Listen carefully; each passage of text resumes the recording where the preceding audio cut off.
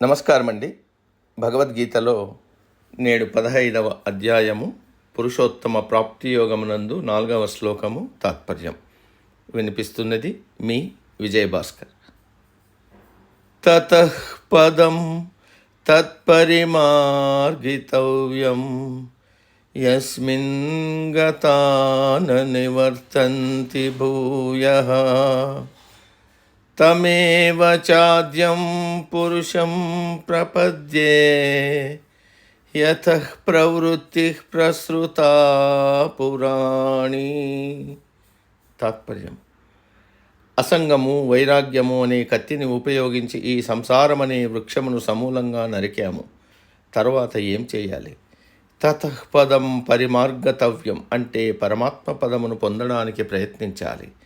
దానికి మార్గం వెతకాలి. ఆ పరమ పురుషునిలో సాయుధ్యం పొందాలి. అదే శాశ్వతమైనది, పరమానందకరమైనది, పరమశాంతిని కలుగజేస్తుంది.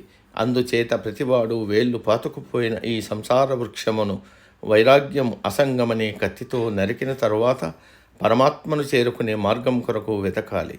దీనికి సరైన మార్గం కూడా సూచించాడు కృష్ణుడు. ముందు పురుష ప్రవద్యే అంటే ఈ పరమాత్మను శరణు వేడాలి. ఆయన యందు భక్తి శ్రద్ధ కలిగి ఉండాలి. నిష్కామ కర్మాచరణ యందు ఆసక్తి కలిగి ఉండాలి.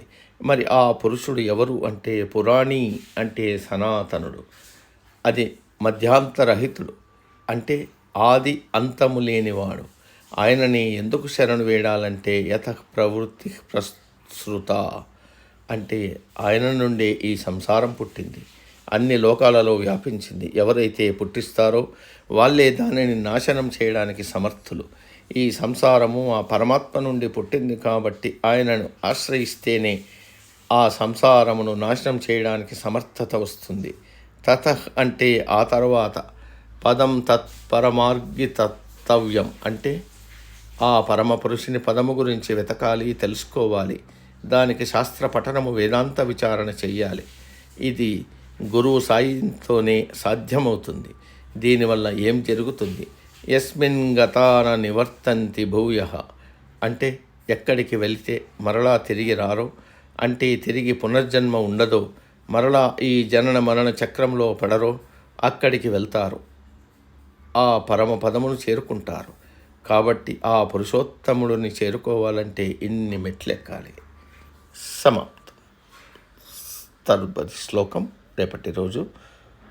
సర్వే జన సుఖినో భవంతు. అందరూ బాగుండాలి, అందులో మనం ఉండాలి.